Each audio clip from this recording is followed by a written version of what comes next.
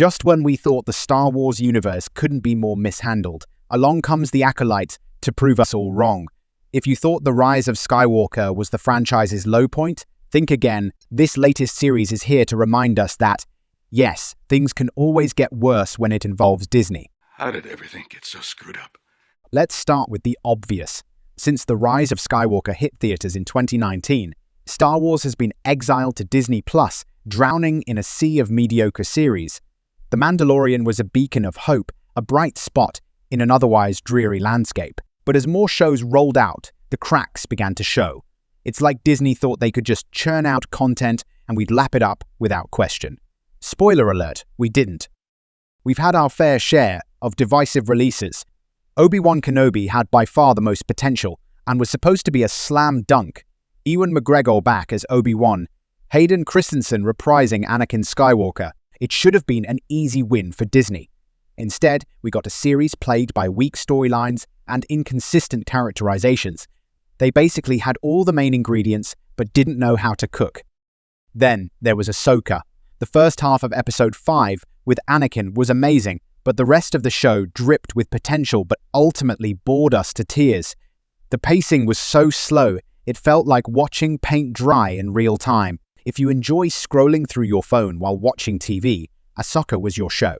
Every scene dragged on, with endless filler shots and dialogue so sparse you could blink and miss the plot. This was the first show that truly felt like it needed a little window of Subway Surfers gameplay to keep viewers awake.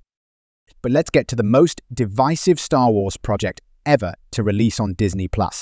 The Acolyte, set in the High Republic era less than 100 years before The Phantom Menace.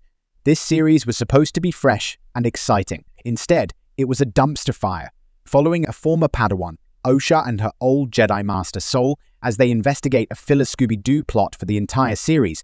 In practice, it's a lesson in how to bore your audience, butcher pre-established lore, and alienate your fanbase.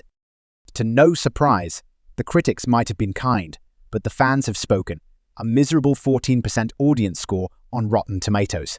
The complaints: it's illogical, it messes with canon, and it's just plain bad. One of the biggest gripes is the ridiculous twist that Osha and her twin sister May were conceived via the Force.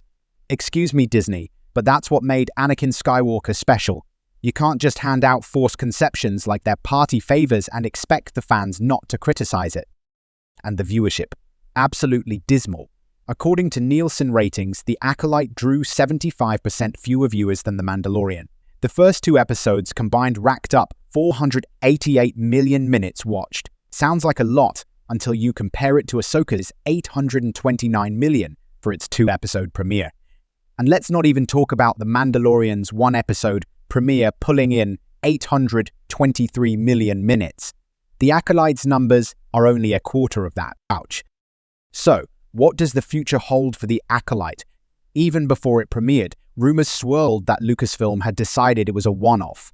Now, with these numbers, it's hard to see how it could get a second season. Showrunner Leslie Headland might be teasing plans for more. But let's be real, if the viewers aren't there, neither will be the funding. In conclusion, The Acolyte is just the latest failure in Disney's mishandling of the Star Wars franchise. From illogical plot twists to abysmal viewership numbers, it's clear that Disney has lost its way. It's time to stop the bleeding. Disney, you need to get it together. Stop destroying what once was a beloved universe with your half-baked ideas and lackluster execution. The fans deserve better. Star Wars deserves better. Until then, we'll just have to brace ourselves for the next inevitable disaster.